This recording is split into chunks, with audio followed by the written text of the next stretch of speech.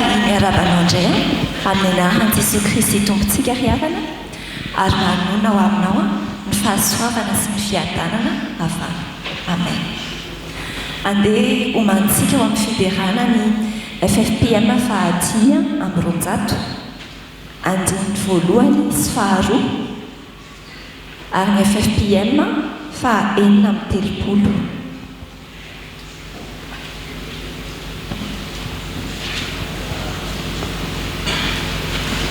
Ary andeha ataontsika mba masitsika riavana ampehekopantsika androany ao amin'ny marka toko fahadimy.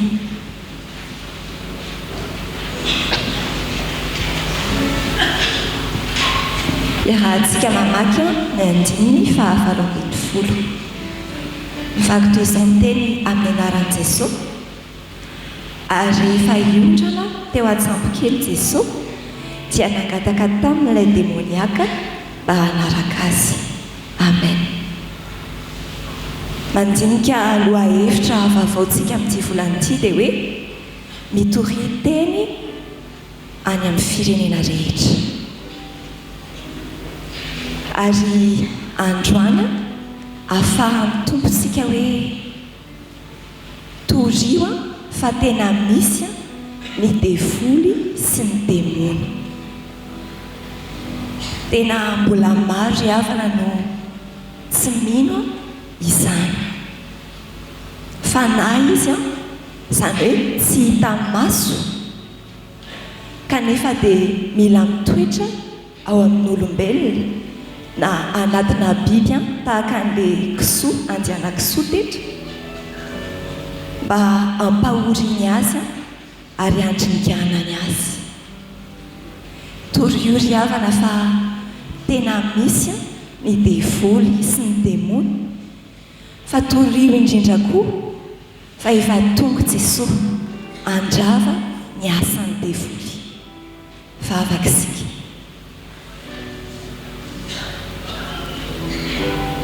Misaotra anao zahay tompo malalo no teninao no menao anay anio.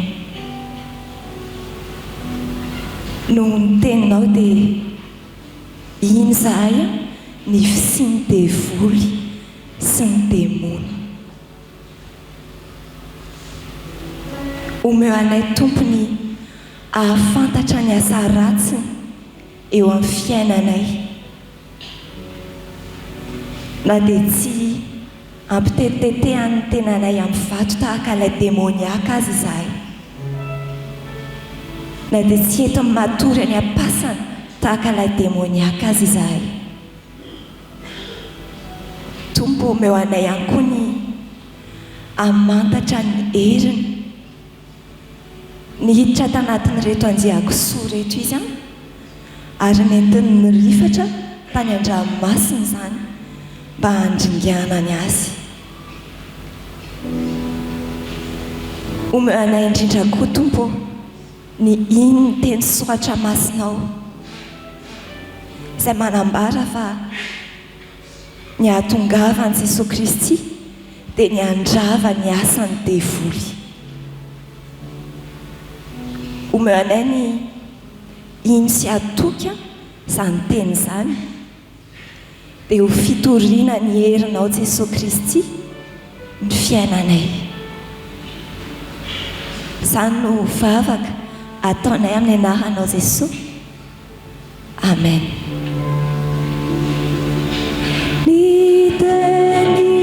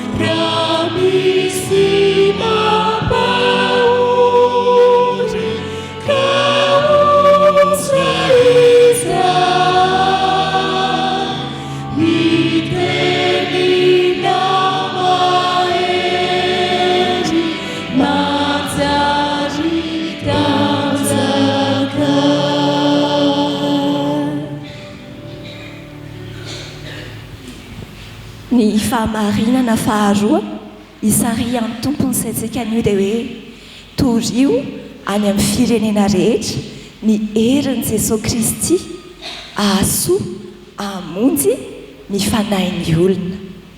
Andonge mbola vakintsika ny andininy 7:10 tapany B ao amin'ilay marika toko 5 teo ihany. Mivaky toy izao zany aminahan Jesosy lazao aminy izay zavatra lehibe nataon'ny tompo taminao sy ny namindrany fo taminao. Amen. Irahan'ny tompo sika andeha hitoriteny any amin'ny firenena rehetra fa andeha irery havana tsy ataontsika toriteny ara-tsaina fotsiny na hoe toriteny intellectuel fotsiny fa ndao hitoriteny amin'ny kery mampita ilay herin'i Jesosy Kristy mamonjy. Ndao tsika mbola hivavaka.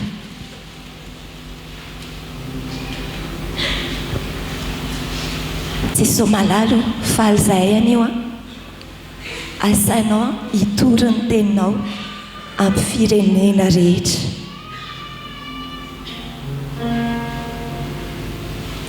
Faly zahay satria zany indrindra nahatongavanao tetỳ an-tany hitory ny teny. Faly zahay satria asainao manohy ny asa efa natombokao. Dia io zahay mpamonjy malalo mba ho tahaka ny ity demoniaka nafahanao ity mpino mahalala marina ilay herinao mamonjy ny fanahin'ny olona. Io zahay tompo malalo mba tsy ao amin'ny baiboly ihany no ahitanay ny herinao fa ahita indrindra kosa ny herinao zany eo amin'ny fiainanay. Io tompony teny izay torianay mba ho teny mampita ilay herinao Jesosy Kristy, teny ahasoa izay olona mandre izany. Ary io zahay mba ho hanomboka izany eo amin'ny ankohonanay tsirairay avy. Dia ahita izay zavatra lehibe efa nataonao taminay izy ireo ary angetaheta hitady famonjena aminao koa. Izany tompony vavaka asandratray amin'ny anaranao Jesosy Kristy. Amen.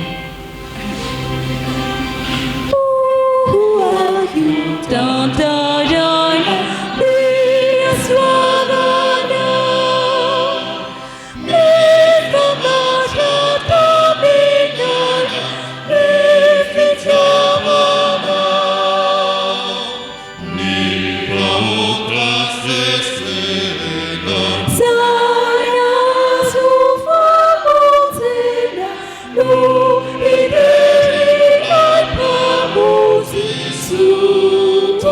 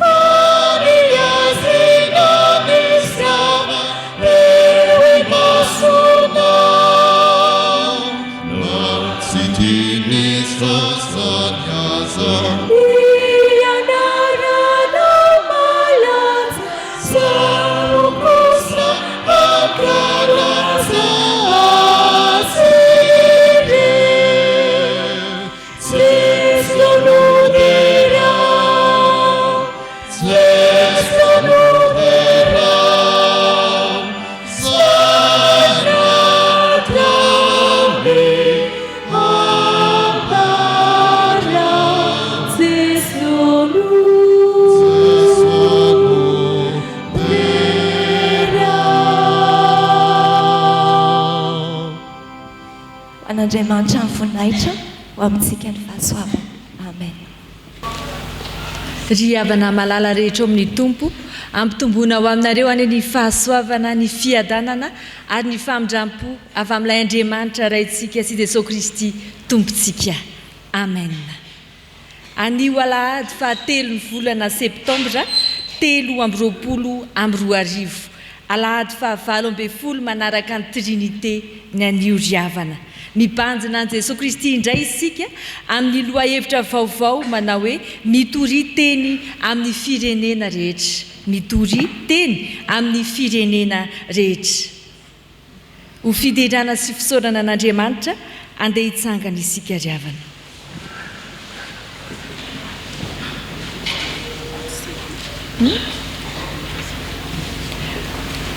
Iarideran'Andriamanitra isika miaraka ampanao salamo manao hoe mity ahafantanana ry firenena rehetra, miompio an'Andriamanitra fa Jehovah no avo indrindra ka tokony atahorana. Mpanjaka lehibe ambony tany rehetra izy, mandresy firenena maro izy ambantsika, ary firenena samihafa no ambany tongontsika. Mifidy ny lovantsika ho antsika izy, dia ny voninahitry Jakoba izay tiany. Efa niakatra tamin'ny fiompiana Andriamanitra, Jehovah niakatra tamin'ny fitsofana ny anjomara. Mankalaza n'Andriamanitra, eny mankalaza, mankalaza ny mpanjakantsika, eny mankalaza. Fa mpanjaka amin'ny tany rehetra Andriamanitra, mahaiza mankalaza tsara ianareo. Andriamanitra mpanjaka amin'ny firenena samihafa, Andriamanitra mipetraka eo ambony seza fiandrian'ny masina. Ny mpanapaka ny firenena samihafa ny olon'Andriamanitra Abrahama, fa Andriamanitra ny ampinga ny tany avo indrindra izy. Amen.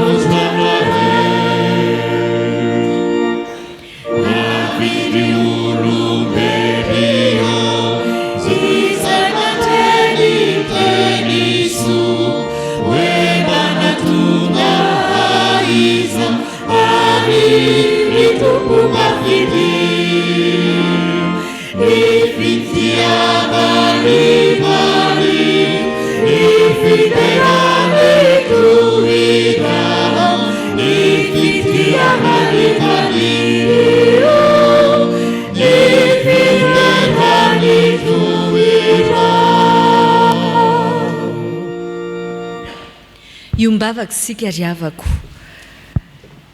misaotra anao, midera anao, mankalaza ny anaranao izay ry Andriamanitra rainay mandrakizay, fa Andriamanitra avo indrindra ianao, ary ny fitiavanao dia miampaka aminay tsirairay avy.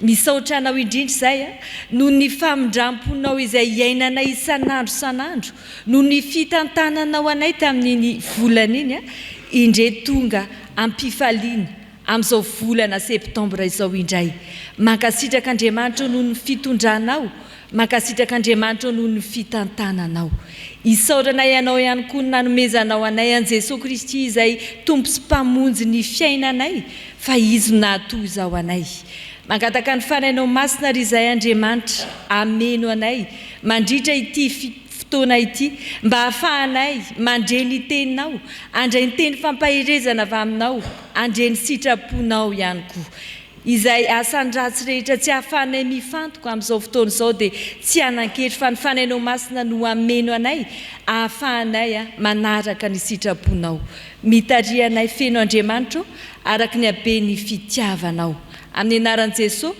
no anaovanay ny vavakay amen. So sika riavana dia tonga amin'ny fotoana ho an'ny ankizy tanora andeha hitsangana ny ankizy tanora rehetra.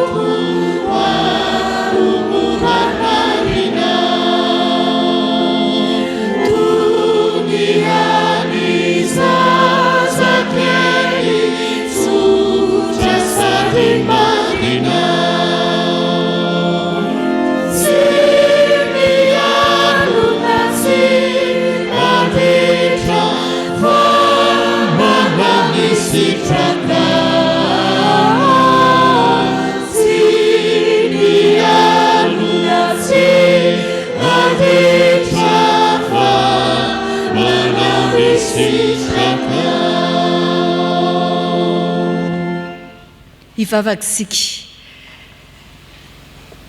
fanahy masinao mameno anay ahafantaranay indray ny sitraponao izay tianao ataonay amin'izao fotoana ho an'ny ankizy tanora izao amin'ny anaran'i Jesosy no anaovanay ny vavakay amen. Ny ten'Andriamanitra izay angalana ny hafatra amin'ny tian'io ity ankizy tanora dia araka izay hitantsika ao amin'ny Apokalipsy toko 14 ny andininy 9 bokin'ny Apokalipsy toko 14 ny andininy 9. Rehefa niarana hitsika dia ianareo no iangaviako amaky izany mafy amin'ny anaran'i Jesosy.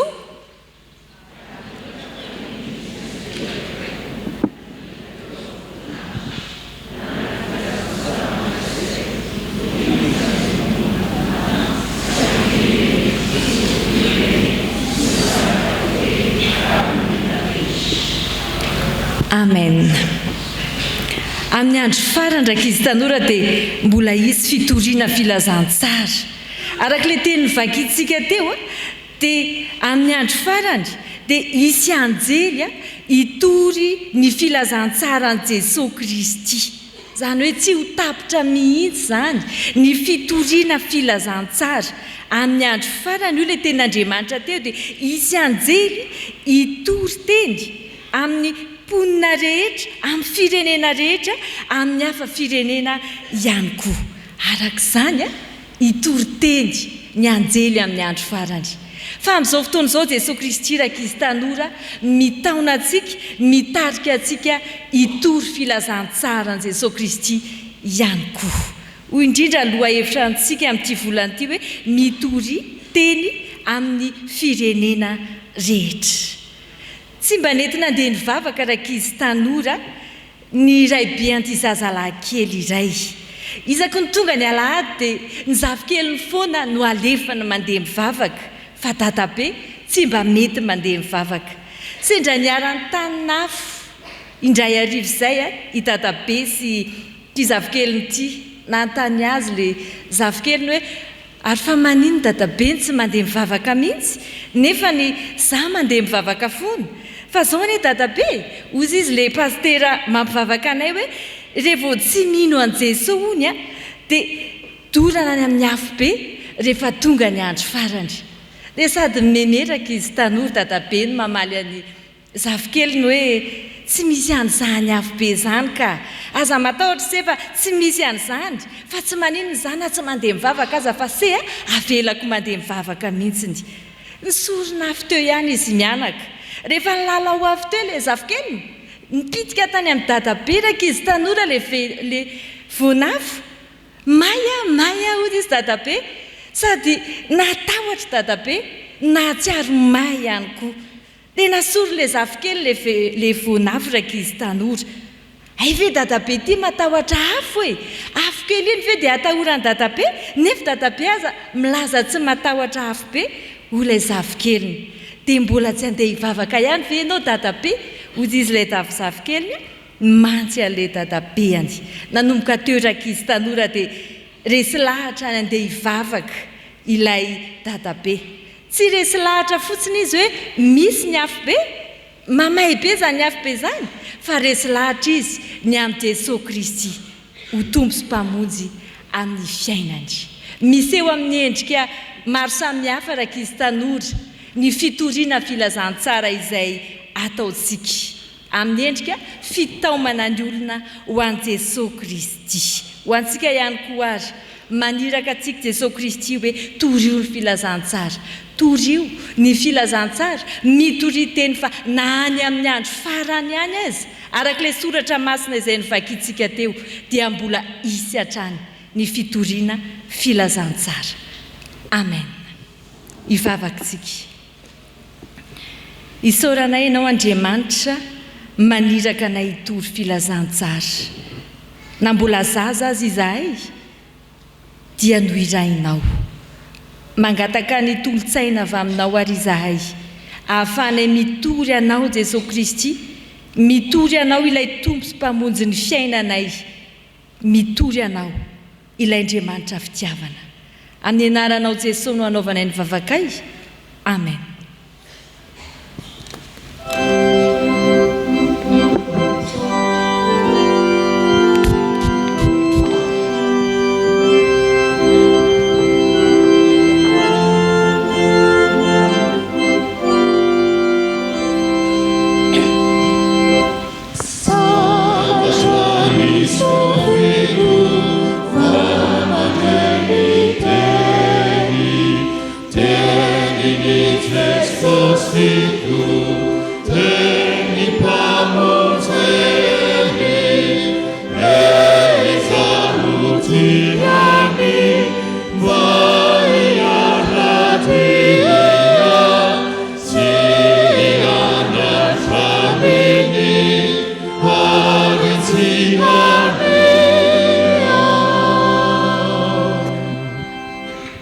Miopona mivavaka sika tompoko ry tompo Andriamanitra io mbola misaotra anao zahay noho ny amin'ny teninao izay ho vakianay sy henony indray amin'ny tsy anio ity koa mangataka ny fananao masina izahay amenanay tsirairay avy ka mba voavaky tsara ny teny ary voatory araka ny sitraponao ihany koa dia taio izay tompo mba tsy ho mpiainy fotsiny fa hiaina tsara zany teninao zany ka ho afaka hitory sy zary zany amin'ny hafa koa minaran'i Jesosy Kristy nanaovanay mivavakay amen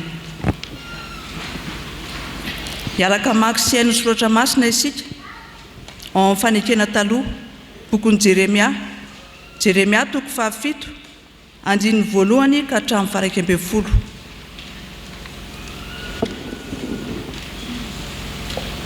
rehefa hita dia ho vakiana amin'ny anaran'ny tompo izao ny teny tonga tamin'i Jeremia avy tamin'i Jehovah mitsangana mivavady ny tranon'i Jehovah ary toroy eo izao teny izao ka ataovy hoe mihaino ny tenin'i Jehovah ianareo Joda rehetra izay miditra amin'ireto vavahady ireto mba hiankohako eo anatrehan'i Jehovah izao no lazain'i Jehovah tompony maro Andriamanitry ny Israely ataovy tsara ny lalanareo sy ny ataonareo dia ampineniko amin'ity tany ity ianareo aza matokony teny lainga hoe tempolon'i Jehovah tempolon'i Jehovah tempolon'i Jehovah ity fa raha ataonareo tsara mihitsy ny lalanareo sy ny ataonareo ka mitsara marina ny adiny olona amin'ny namany ianareo ary tsy mampahory ny vahiny sy ny kamboty sy ny mpitondra tena na mandajaka raha marina amin'ity tany ity sady tsy manaraka andriamanitra hafa ahatonga loza aminareo dia ampinendriko amin'ity tany ity ianareo dia eto amin'ny tany nomeko ny razanareo hatramin'ny elako mandrakizay. Ianareo matokony teny lainga nefa tsy mahasotsy inona izany. Hay, angalatra sy hamono olona sy jangajanga va ianareo ary anisy to sy andoro didikazo manitra ho an'ny bala sady anaraka andriamanitra hafa izay tsy fantatrareo nefa mbola avy miseho natrehako amin'ity trano izay efa niantsokony anarako ity ihany ianareo ka manao hoe efa voavonjy izahay manaovana ireto favetavetana rehetra ireto. Moa ataonareo zovy reny jolava ity trano izay efa niantsona ny anarako ity, indro ny tenako aza dia mahita izany ho Jehova.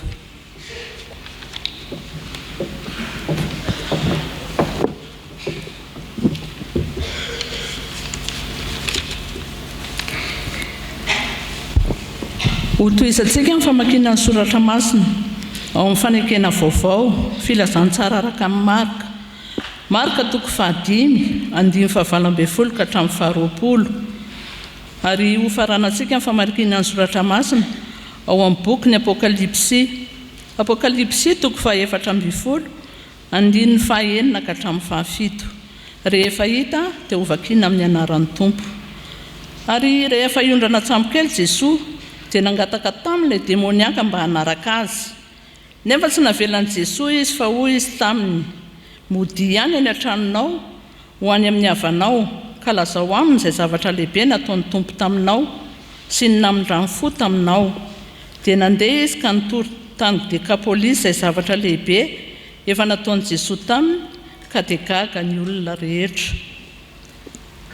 Ary hitako fa indro nisy anjely iray koa nanidina teo afovoan'ny lanitra nanana amin'ny filazantsara mandrakizay ho toriana amin'izay monina ambonin'ny tany sy ny amin'ny firenena sy ny fokom-pirenena sy ny samihafa fiteny ary ny olona rehetra nanao tamin'ny feo mahery hoe matahoranaNdriamanitra ka ome voninahitra izy fa tonga ny andro fitsarany ary miankohofa eo anoloan'izay nanao ny lanitra sy ny tany sy ny ranomasina ary ny loharano.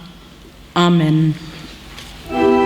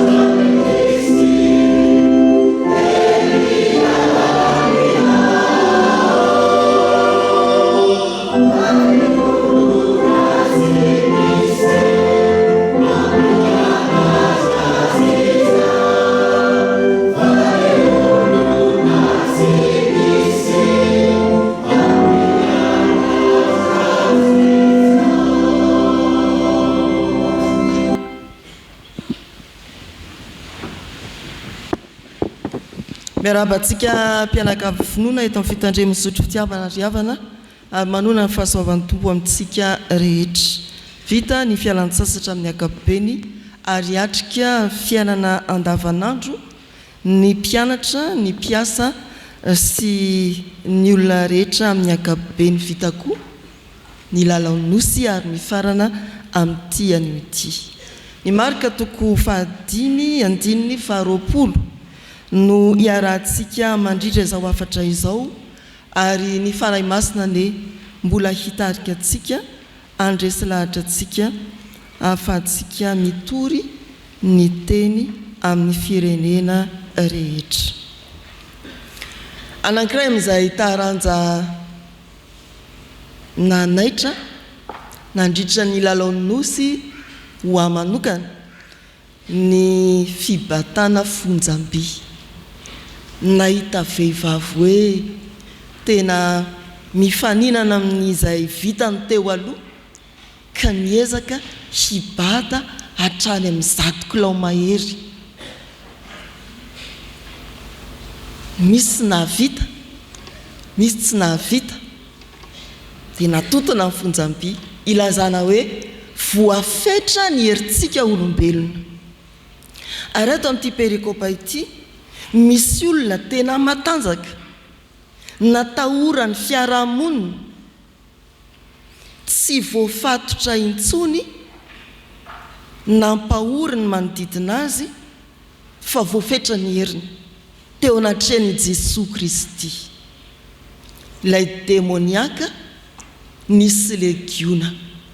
Ny legiona riavana dia fitambarany miaramila vatan-dehilahy mihoatra ny 9,000 ary amiteny le demoniaka hoe legiona no anarako dia milaza zany fa demoniaka anarivony, demoni anarivony no tao anatin'ity lehilahy ity.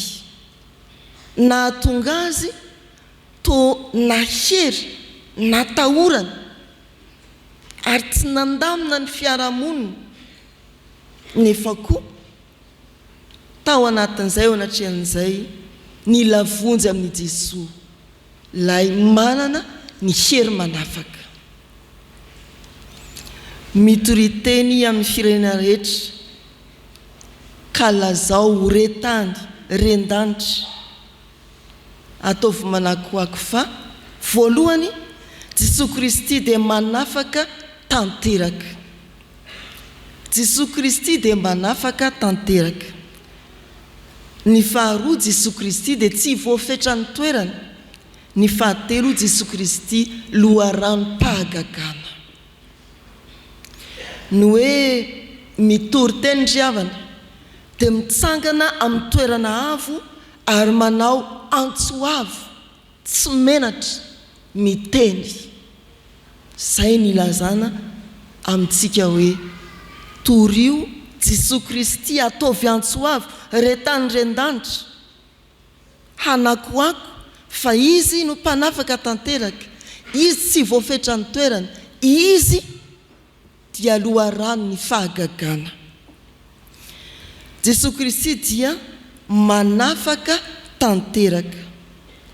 Raha mamaky ny tantaran'ilay demoniaka eto amin'ny marika toko fahadimy isika manomboka ny amin'ny andininy voalohany hatreo amin'ny fahadimy dia mandingana ary makeo amin'ny andininy fahadimy ambin'ny folo. Ny famaritana n'ity demoniaka ity dia lehilahy anankiray izay maherisetra mandrakariva na andro na ala hoy ny andin'ny fahadimy dia mitoetra teny amin'ny fasana sy teny atendrombohitra ka ny nananana sady ny tetitena tamin'ny vato. Ny andin'ny fahadimy ambin'ny folo zao ny voasoratra nahita ilay demoniaka izay nisy ny legiona fa indro izy nipetraka ny tafilamba sady arisaina ka raiky tahotra ny olona. Tsy vitany hoe nipetraka teny amin'ny fasana ny tetitena tamin'ny vato nananana fa efa tsy ny tafilamba intsony satria ny fahasitrany dia ilazana hoe indro izy nipetraka ny tafilamba. ilazantsara kanliko moa dia milaza mazava fa efa tsy nitafilamba intsony ity demoniaka ity.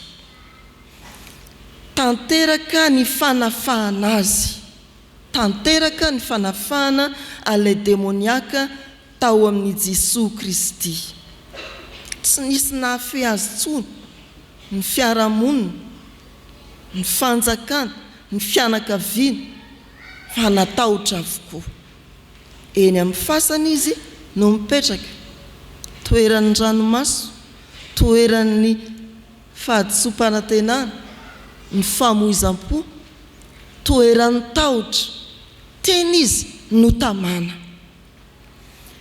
Ry havana malala rehetra ao amin'ny tompo, adalana faratampony no aretin'ity demoniaka ity. Fikorontanana teo amin'ny fiainany manontolo, manomboka amin'ny fikorontanan-tsaina. Andriamanitra tsy tompony fikotranana fa tompony raha vao mikorotan-drotana dia tadidio efa fanombohan'ny. Azo ianao tenen'ny olona tsy milamina dia efa eritreretra kely akafilaminana ao amin'ny tompo. Maneran-tany ny havana araka ny voalazan'ny mpandinika sy ny mpitsabo ny mikorotan-tsaina fa tsy ataony hoe marary-saina dia Nigeria no feno olona mikorotan-tsaina na adala indrindra, be olona adala indrindra. Ny apa-efatry ny mponinany dia voakasiky ty aretiny ty avokoa. Raha manodidina ny 700 miliary tapitrisa ny mponina dia manodidina ny 80 tapitrisa mivakely tsy milamina daholo. Ary Suède no firenena vitsy olona mipika indrindra. Raha miresaka ny Madagasikara indray, ny mpitsabo ny areti-tsaina dia milaza fa ny ray ampahafolony malagasy dia mikorotan-tsaina avokoa. Raha misy olona 10 zany eo amin'ny tablia dia ny ray amin'ireo izy. Eto Antananarivo ny 770 isan-jatony dia tratry ny fikorontanan-tsaina avokoa. Ny antsasakytsika ireo zany dia efa tsy milamina. Fanombohan'ny areti-tsaina izany. Ary raha tsy voatsabo dia reny hitantsika eny an-dalambe mitombo reny. Ary dia taratra amin'ny zava-misy eto Antananarivo, ny fakomiandro, ny loto sy ny sisa sy ny sisa. Taratry ny fikorontanana ao anatin'ny olona, ao an-tsain'ny olona, ny zava-misy eny amin'ny fiarahamonina. Indraindray sika dia mieritreritra hoe mandeha ho azy zany, vokatry ny azakazaky ny fiainana. Fa ho ambadika ao dia ilay tompony fikorontanana no manjaka sy maneho ny heriny ary ny fahefany eo amin'ny fiarahamonina sy ny firenena. Tsy azontsika lavina izany satria ny soratra masina manao hoe Andriamanitra dia tompony filaminana fa tsy tompony fikotranana. Mbiankoditra amintsika tokoa ry havana ny fikorontanana. Fikorontanana an-tsaina izay mitarika fikorontanana be dia be na any an-tokantrano, any am-piasana, any am-pianarana, any amin'ny fiarahamonina. Rehefa manaraka ny vaovao sika tsy sehatra tsy mikorotana ankehitriny raha ny eto amin'ny firenentsika. Any amin'ny firenen-kafa dia azo indray ny azy fandaontsika tsy hijery afa-tsy ny eto amin'ny firenentsika. Jesosy ihany no afaka manafaka tanteraka. Jesosy ihany no afaka manafaka tanteraka. Tsy voafehantsika intsony ny fikorontanana samihafa. Ary izao perikopa izao ny amin'ilay demoniaka dia mampitodika antsika amin'ny Jesosy, ilay mahafehy ny fikorontanana rehetra ka mitondra amin'ny fitoniana sy ny filaminana. Jesosy no manafaka tanteraka. Rehefa afaka ianao, rehefa milamina ianao dia alaminy koa no manodidina anao. Torio fa Jesosy no mandamina, Jesoa no manafaka ao anatin'ny korotan-tsaina, ao anatin'ny tsy filaminana samihafa. Torio ny teny.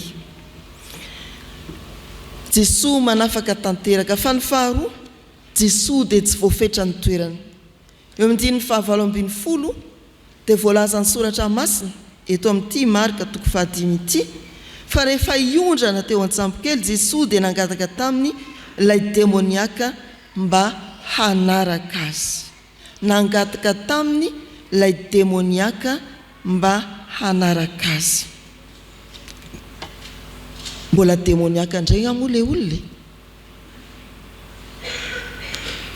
Rehefa mamaky ny filazantsaraka ny Lioka isika 5:17 dia voalazany kosa fa ilay lehilahy nialan'ny demonia no anambarany an'izao 5:20 zao. Rehefa iondrina eo an-tsampokely Jesoa dia nangataka tamin'ilay lehilahy nialan'ny demonia mba hanaraka azy. Fa tsy hoe demoniaka akory no nilaza hanaraka an Jesoa. Ilay lehilahy nialan'ny demonia no milaza midongy hanaraka an Jesoa. Tsy voafetra ny toerana i Jesoa. Ny fahanarahan'ny tompo no noheveriny ity lehilahy afaka devoly ity mba ho fiarovana ho azy. Zara manaraka anao dia tsy ho tratra ny demonia intsony. Zara manaraka anao dia milamina tanteraka ny fiainako hiaraka aminao any an-tsambokely aho. Fa ho Jesoa. Zao ny voasoratra amin'ny 19 nefa tsy navelan'i Jesoa fa hoy izy taminy, mody ihany any an-tranonao ho any amin'ny havanao ka lazao amin'izay zavatra lehibe nataony tompo taminao sy namindrany fo taminao. Ny toerana nandraisan'ilay demoniaka ny fanafahana tanteraka niaraka tamin'i Jesoa dia tsy hoe toerana tsy azo ilaozana, fa toerana andraisana hery sy fiainana vaovao ary andraisana iraka koa mba hitoriana izay nalazain'ny tompo taminy. Rehefa vita batisa ilay tandapa etiopiana ao amin'ny asan'ny apôstôly 20:7 dia voalaza ny soratra masina hoe rehefa nivoaka avy ao amin'ny rano izy ireo lahy dia nentiny fanahy Filipo ka tsy hitan'ilay tandapa intsony. Izy kosa dia nifaly. Ny toerana nandraisa mpamonjena, nandraisana ny fanafahana tanteraka ho an'ity demoniaka ity, ho an'ilay tandapa etiopiana dia tsy hoe toerana tsy azo ilaozana na toerana ifikirana miaraka amin'izay nandraisana ny fahasoavana, fa toeram-panirahana koa. Nandraisam-pifaliana hiatrehana ny fiainana. Indraindray sika raha dia mieritreritra hoe aty am-piangonana ihany milamina be ohatry ny any am-piangonana. Aty ihany sika no matsiaro fitoniana sy filaminana ka faly ery tonga indray ny fotoana hidirana am-piangonana, hivavahana, hiarahana mideran'Andriamanitra.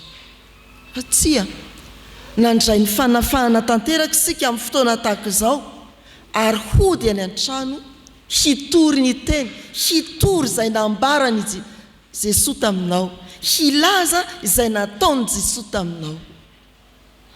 Voavela ny eloko, voavonjy aho, noraisiko ny famonjena. Ory zareo nareo moa dia tsy nandeha, nefa za nandray famonjena, za nitononona tamiko ny famelan-kely. Faly aho. Tsy voafetra ny toerana ry havana i Jesoa Kristy. Nisy toerana anankiray nandraisanao fahasoavana tao amin'ny Jesoa, fa teo amin'izany toerana izany koa ianao no irahany mba hilaza ny fahasoavana noraisinao tamin'ny Jesoa. Ambarao fa Jesoa Kristy dia tsy voafetra ny toerana fa mahenika ny tanàna ary mahasehaka ny fiarahamonina sy ny firenena rehetra. Hoy ny Salamo 5:30 na dia any amin'ny fiainana tsy hita aho dia any ianao, na any ambany ranomasina aza indrombola any ihany ianao. Jesosy Kristy dia loharano ny fahagagana. Mamarana ny 10:20 rehefa nandre ny toriteny, ny filazana ny zavatra nataon'ny tompo taminy. Ireo mpiaramonina tany Dekapolisy, atao hoe tanàna 10 ny Dekapolisy, dia gaga ny olona rehetra. Jesosy Kristy loharanony fahagagana. Vao nanomboka ny asany Jesosy ka nampianatra, dia ambarany soratra masina hoe gaga ny olona niaino azy, fa fampianarana misy fahefana ny fampianarana. Namaky soratra masina fotsiny azy izy ao amin'ny Luka 4:4, dia ambarany soratra masina fa talanjona izay rehetra nandre ny vaky teniny. Dia betsaka ny fahagagana nataon'i Jesosy anisany ny fanafahana tanteraka n'ilay demoniaka voalaza eto. Rehefa mandeha amin'ny fiainana andavanandro isika, dia misy gaga amintsika. Gaga izy satria tsy anao maly intsony ianao androany. Gaga izy satria tsy anao hitany tamin'ny ray volana intsony no mifanena aminy androany. Tena niovy ianao, afaka tanteraka ianao. Ry ambarany soratra masina koa fa gaga ny mpiarabelona aminao, fa tsy miara-miazakazaka amin'ny intsony amin'ny fanao ratsy sy mahazatra na matotra ianao. Loharam-pahagagana ry havany Jesosy. Fa indraindray koa mivavaka isika, fa gaga ny olona tsy misy fiovana mihitsy ianao. Zay tsy fahagagana avy amin'ny Jesosy zay. Mahagaga hoe mivavaka eto ianao nefa tsy misy fiovana mihitsy ny fiainanao. Tsy avy amin'ny Jesosy zany, fa ny fahagagana dia tena niovy ianao. Afaka miteny hoe taloha zany. Raha misy ilo amin'ny Kristy dia olom-baovao izy. Zay fiovana mahagaga izay dia avy amin'ny Jesosy. Jesosy Kristy loharano ny fahagagana. Antsonsika ry havana, ilaza ampahabe maso anao antsoavo fa i Jesosy loharano ny fahagagana. Ny fiovam-piainanao dia mahagaga. Ny fifalianao vokatry ny famelan-keloka natolotry Jesosy, fanasitrana ny fananao mba hilamina dia mahagaga. Jesosy Kristy loharano ny fahagagana. Anio ary nandray fahasoavana teto anao, na nafaka anao i Jesosy mandihana tsorio, fa izy no mitondra fanafahana tanteraka, tsy ho anao ihany fa ho an'ny fianakavianao, ho an'ny mpiara-mianatra, mpiara-miasa aminao, ho an'ny firenena sy izao tontolo izao. Mandihana torio ampahabe maso, ataovy antsoavo, fa Jesosy Kristy tsy voafetra ny toerana, tsy voahity ato anatin'ny rindrina efatra ny fiangonana. Maniraka anao izy, modia any amin'ny fianakavianao. Mandihana torio fa Jesosy Kristy dia loharano ny fahagagana. Fahagagana izay maneho ny fiovana, tsy azo eritreretina, zany hoe demoniaka ka lasa ny lamina, afaka ny toriteny, afaka ny tety tanàna. Nanambara ny vitan'i Jesosy taminy. Loharam-pahagagana i Jesosy mba ho gaga ny olona mifanena aminao satria olona afaka ianao, mba ho gaga ny olona mifanena aminao satria miaraka amin'ny Jesosy dia tsy voafetra ny toerana ianao. Ho an'Andriamanitra ny voninahitra. Amen.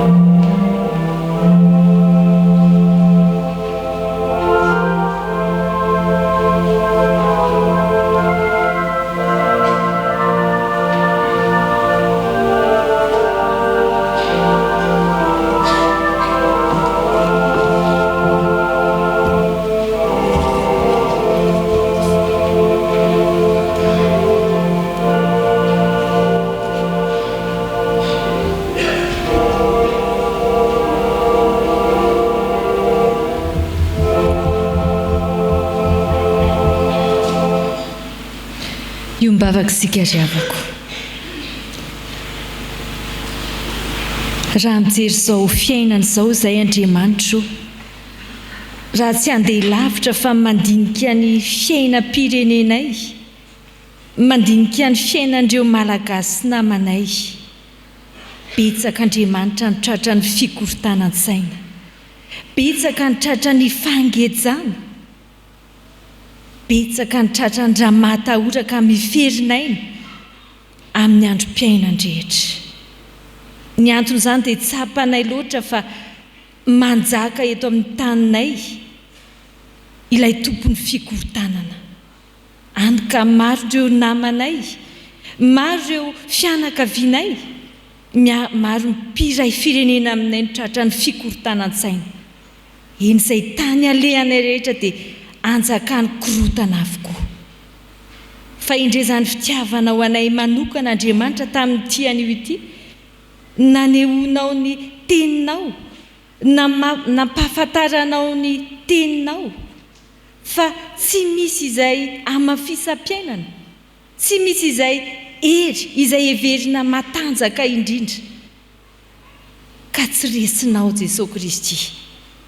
Irahanao indrindra zahay amin'ny tian'io ity anambara amin'ny olona rehetra fa Jesosy Kristy mpanafaka tanteraka ianao.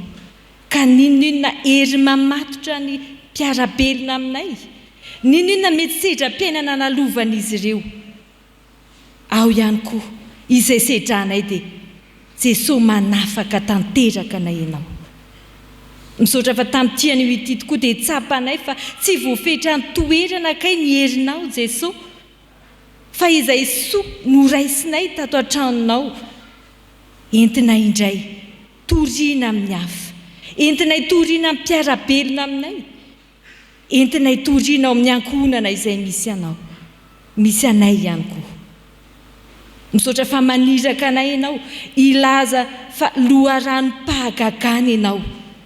Manapirofo izany ny fahagagana izay ataonao amin'ny fiainanay manontolo. Fahagagana no ikasianao ny fonay indray, ka manetsika ny fanahinay te hitory anao, satria mandray fifaliana izay miaraka aminao, satria miaina fiadanana izay manana anao Jesosy amin'ny fiainanay. Misaotra fa mangetahita fatratra te hizarana izany amin'ny hafa izay, mangetahita fatratra te hizara ilay famindram-po izay raisinay avy amin'ny teninao zahay. Loharanom-pahagagana ianao Jesosy. Maniraka anay ianao, ilaza marina tokoa fa mpanafaka tanteraka ianao. Maniraka anay ianao, ilaza marina tokoa fa tsy voafetra ny toerana ianao. Ary maniraka anay ianao, ilaza marina fa loharanom-pahagagana ianao. Manoloan'izany hiraka ho izany Andriamanitra.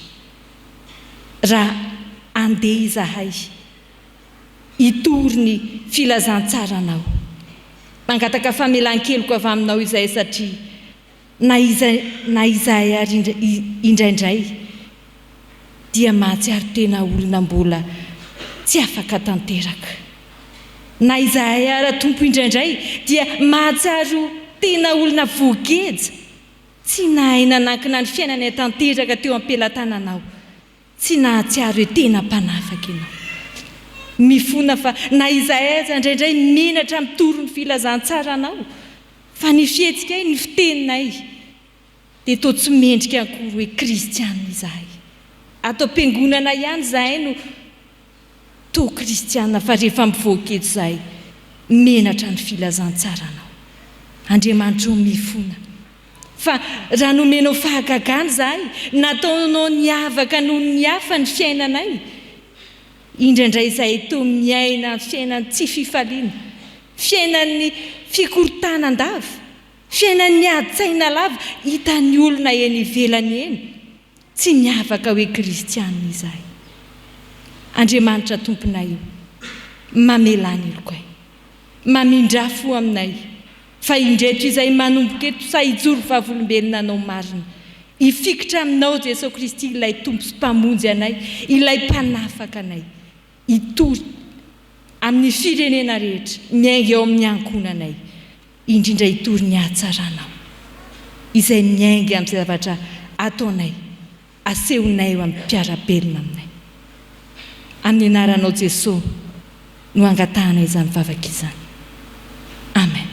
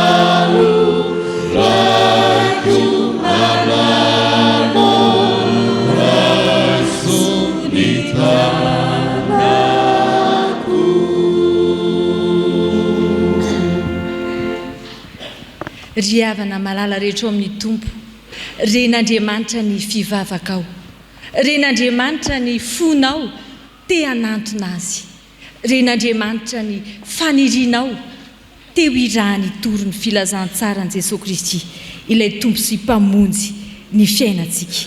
Ho antsika izay ny bebaka marina, andeha iraiso am-pifaliana eo am-pitsanganana ny teny sy ho famelan-keliko izay omeny tompo antsika.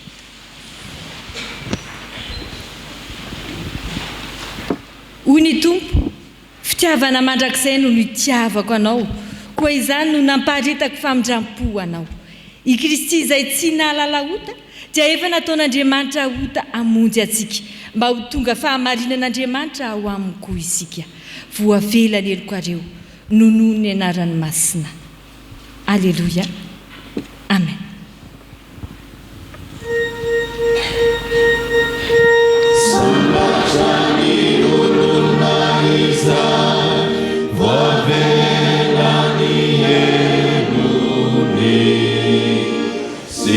Saruna ni farutani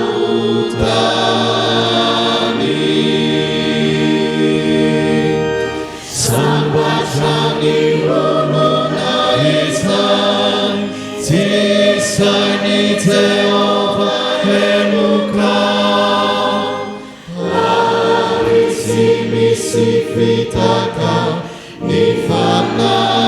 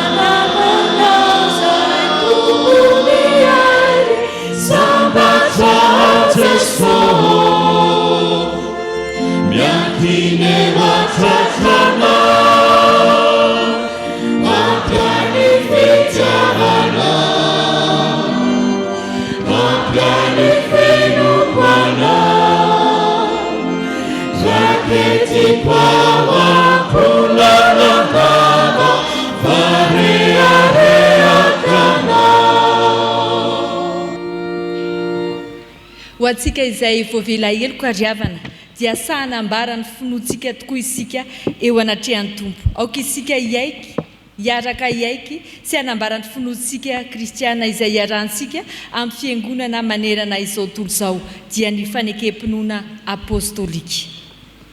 Mino an'Andriamanitra ray sy tompanao ny lanitra sy ny tany aho, ary mino an' Jesosy Kristy zanan'ilay tokana tompontsika izay nitontolona tamin'ny fanahy masina, nateraka Maria Virginy, nijaly rananapaka Pônty Pilato, nombona tamin'ny hazo fijaliana, maty ka nalevina, nidina tany amin'ny fiainantsika, nitsangana tamin'ny maty tamin'ny andro fahatelo, niakatra ho any an-danitra, nipetraka eo kafanan'Andriamanitra ray toa, avy any ho avy tsara amin'ny felona sy ny maty, mino fanahy masinao, fiangonana masina maneran'izao tontolo izao, ny fiombonan'ny olona masina, ny famelan-keloko, ny fitsanganan tena amin'ny maty, ary ny fiainana mandrakizay.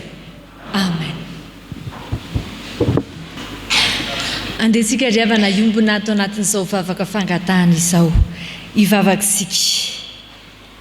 Isaoranay ianao Andriamanitra ilay nifidy anay, naniraka anay andeha hitory-teny, noho ny amin'ny teninao, noho ny amin'ny fanahinao masina ny asa tato anatinay dia resy lahatra nitory anao Jesosy Kristy izahay, eny amin'ny fiarahamonina misy anay, eo amin'ny ankonanay, amin'izay seha-piainana rehetra misy anay.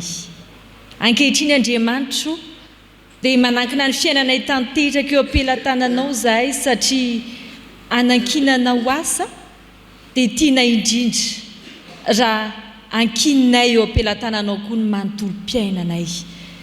Mivavaka izay Andriamanitra eo amin'ny fiainanay manontolo, ao ny asa mandrara, ao ny fiainan'ny ankohonana, ao ihany koa ny fiomanana maro samihafa amin'ny fampidirana mpianatra, ao ihany koa Andriamanitra ireo azakazaka maro samihafa eny amin'ny andavanandrom-piainanay eny. Mangataka ny fanohananay izay Andriamanitra amin'izany rehetra izany. Toano izahay amin'ny endriny maro samihafa ary ampaherezo ahafanay mahatanteraka amin'ny atsakany sy andavany izay ataonay. Andriamanitra, ataovy hiteny amin'ny fiainanay fa na samy misedra n'izany zavatra marobe izany aza ny olon-drehetra, ataovy miavaka Andriamanitra izay manompo anao. Mitondra mbavaka izay Andriamanitra ho an'ireo namanay izay ahazom-pahoriana, ao ireo namanay izay tratry ny aretina maro samihafa, ao ireo namanay izay tratry ny fanenjehana, mety sy ny namanay fa mety izahay mihitsy aza. Mangataka aminao izahay afaho tanteraka, mangataka aminao izahay apitrakao ao anatin'ny fahoriana, mangataka aminao izahay afaho tanteraka ao anatin'ny fanenjehana maro samihafa. Andriamanitra, ataovy mivoaka mpandresy amin'ny adi-piainana maro samihafa ny mpanomponao. Mitondra mbavaka izay Andriamanitra ho amin'ny fiangonanao. Enao Andriamanitra ilay naniraka an' Jesosy Kristy ilay lohan'ny fiangonana no angatahanay hiasa feno amin'ny fiangonanao. Hatrany amin'ny foibe Andriamanitra, tario ny fanahinao masina, ny filo izay napetraka ao, ireo birao mpiara-miasa izay miara-miasa amin'izy ireo, toloro saina endry ahafahana mitory ny filazantsaranao Jesosy Kristy. Eny anivon'ny synodam-paritany dia enao Jesosy Kristy ilay ivon'ny fiangonana no anolo-tsaina azy ireo ihany koa, ahafahana manao ny fitoriana filazantsara ihany koa amin'ny andraikitra izay sahan'izy ireo. Indrindra ato amin'ny fiangonanao, ato amin'ny fitandremanao ihany koa, enao Jesosy Kristy hiasa feno, ampaheriny tsirairay ka ampandresy andavorary ihany koa ny asan'ny fiangonana sy ny azakazaka masina rehetra izay tanterahanay. Ampanjakao aminay tsirairay avy ny fitiavana anao Andriamanitra, ny fitiavana anao Jesosy Kristy eo ampanaovana ny asanay tsirairay avy. Mitondra mbavaka manokana izay Andriamanitra ho andray aman-dreny mpitandrina sy ny ankonany. Enao nifidy azy, enao no naniraka azy hitory teny soa mahafaly ho anay atao amin'izao fitandremana izao. Andriamanitro ampaherezo izy, tafio ery izy, tolory fahasalamana izy ireo amin'ny asa izay anirahana ho azy, manatria azy na ao anatin'ny fifaliana sy izay sidra-piainana rehetra lalovan'ny mpanomponao. Mitondram-bavaka izay Andriamanitro amin'ny fiainam-pirenenay, izay hitanao tsy miafina aminao ny zava-misy eto amin'ny firenenay, fa izay jerena rehetra tokoa dia mampatahotra avokoa. Aza vela anatahotra izay Andriamanitro, fa ampenaro ahitondram-bavaka isan'andro san'andro, na ho amin'ny mpitondranay na ho amin'ny vahoaka malagasy, indrindra ho amin'ny fiainam-panahinay manontolo. Mitary lalana anay Andriamanitro amin'izay fikasana tsara rehetra atao anatinay, satria efa nofidianao izay andeha hitory teny somafaly amin'ny anaranao. Amin'ny anaran'i Jesosy no hanaovanay ny vavakay, ilaina mpianatra anay hivavaka manao hoe: Rainay eo izay ny an-danitra, ho masinana ny anaranao, ho tonga ny fanjakanao, atao ny sitraponao, ety atantaka ny an-danitra, omeo anay ny izana sahaza ho anay, ary mamelany eloko ay, takana melanay izay nyeloko taminay. Aza mitondranay ho amin'ny fakapanao, fa manafahanay amin'ny ratsy, anao ny fanjakana sy ny hery, ary voninahitra mandrakizay. Amen. Manantitra ny fiarabanantsika rehetra ny havana tonga soa anatin'izao volana septambra izao, mitoria ny teny amin'ny firenena rehetra. Isaorana an'Andriamanitra ny fahavitany ny fampiofanan'ny mpitandrina ny latsinainy 20 hatramin'ny alakamisy 1 aogositra lasa teo tany 10 pointy. Ary rafitina dia tena pastoraly, izany hoe tsambaratelon'ny pastera tanteraka no natao nandritra ny fiofanana. Ireto no lohahevitra: ny fampatsahivana sy fampaherezana ny mpitandrina amin'ireo andraikitra 10 araka ny voalazan'ny soratra masina notarian'ny présidence synodaly Antananarivo andrefana.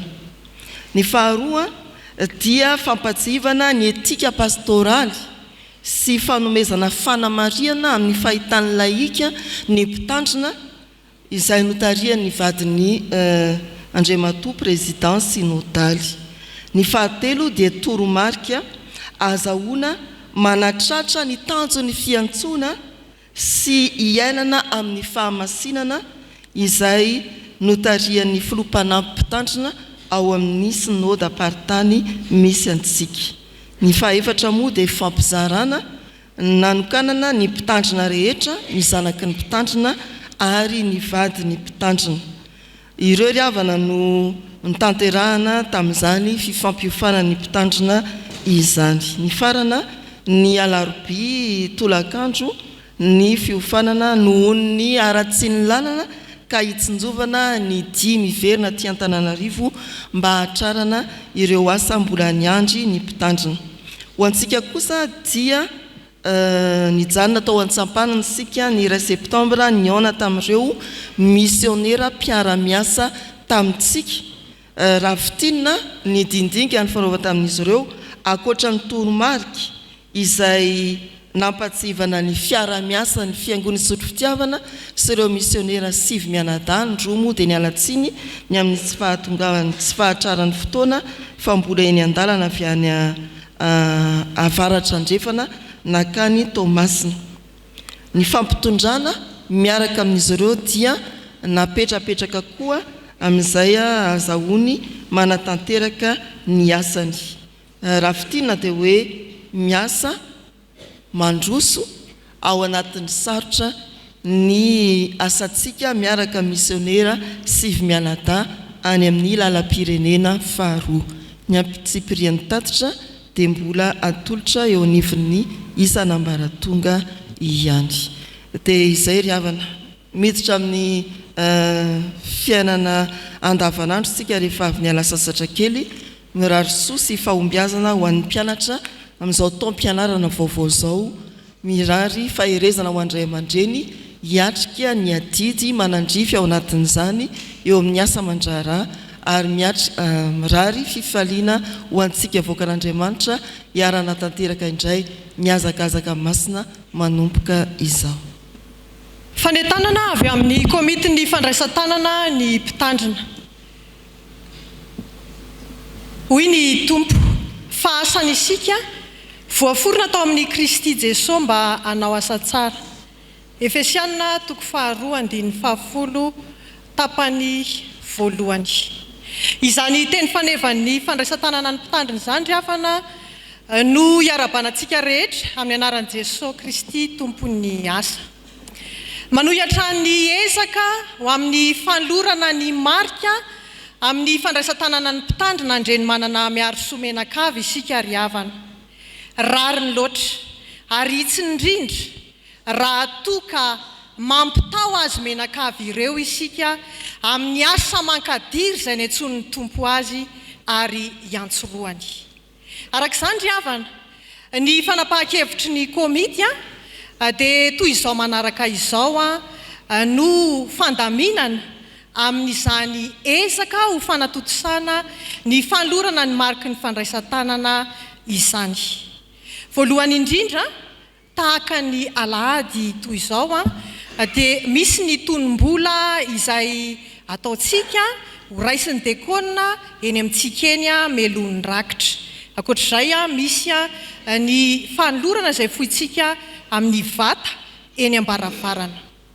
Ankoatr'ireo dia misy ihany koa ny rakitra rodorodo izay totosaintsika isaky ny alahady farany volana. Ho amin'ity volana septambra ity ary dia raketo amin'ny diarintsika fa ny alahady 4 septambra no anatotosantsika izany fidirana tokana amin'ny alahady 4 septambra io. Ary fanampin'ireo voambara ireo manomboka amin'ny heriny anio dia isy ilay antsoina hoe takelaka miavaka. Amin'ny teny vahiny izy dia antsointsika hoe marque-page. Io takelaka miavaka io dia miavaka tokoa satria ho raisintsika eny amin'ny tokotany amin'ny komity izany manomboka amin'ny heriny anio. Andeha ho sarina vetivety ny saintsika ahafahantsika miomana sahady ary akasara ny eritreritra isika ny amin'izany endrika izany takelaka miavaka izany. Io takelaka miavaka io dia azontsika ampiasaina irakitra ao amin'ny baiboly sy ny firana izay ampiasaintsika isaky ny alahady.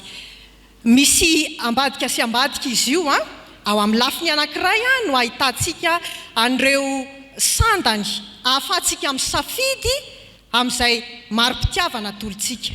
Ahafahantsika miomana ihany koa dia ho lazaiko eto ireo sanda samihafa manomboka eo amin'ny R1,00 R2,00 ary R1,00. Raha ankoatr'ireo tsy voasoratra ao anatin'ilay takelaka miavaka no foinao dia ianao sy ny tompo no manolotra izany ka raha manana fahafahana amin'izany dia afaka manolotra izany ao anatin'izay takelaka miavaka izay.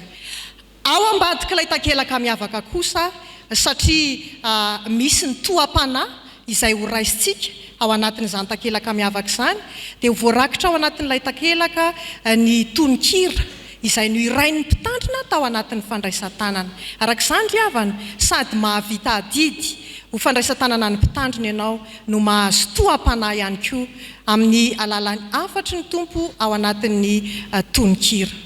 Dia mahereza riavana ao anatin'izany ezaka izay ho totosaintsika ao anatin'ny fandraisan-tanana izany.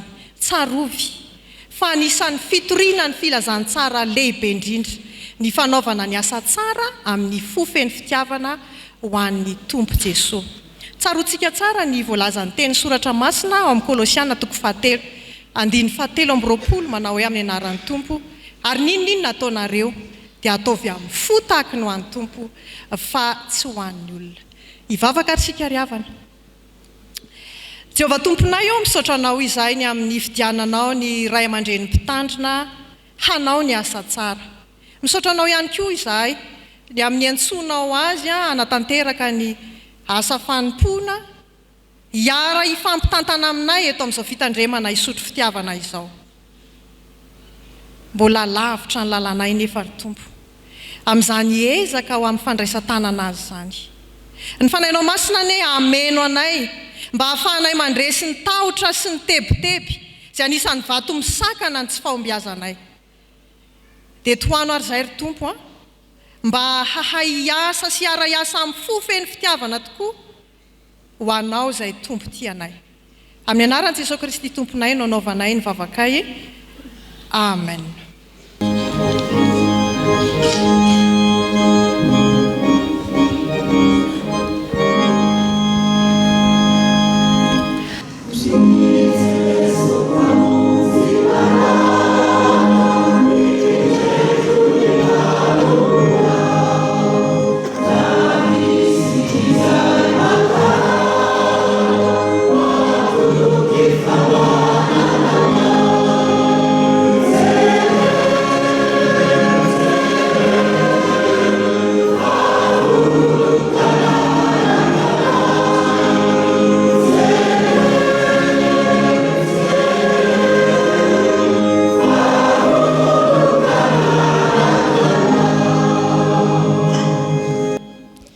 raisoa amin'ny finoana ho tanteraka aminareo ny Tsodrano tonona amin'ny anaran'ny Tompo. Andriamanitra ny fiadanana izay nitondra ny Jesosy tompontsika mpiandro indray lehibe hiala amin'ny maty mitondra ny rano fanekena mandrakizay. Izy ny hatanteraka anareo amin'ny tsara rehetra no ny sitrapony ka hiasa ao anatinareo izay hankasitrahany eo masony amin'ny alalan'i Jesosy Kristy. Amen.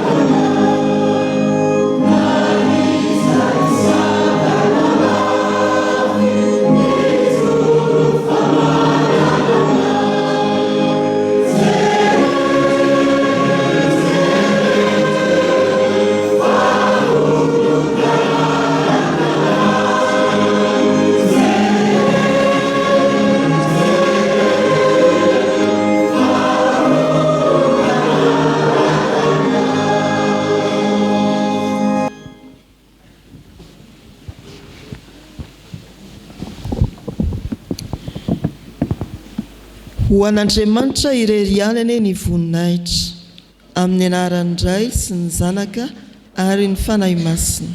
Amen.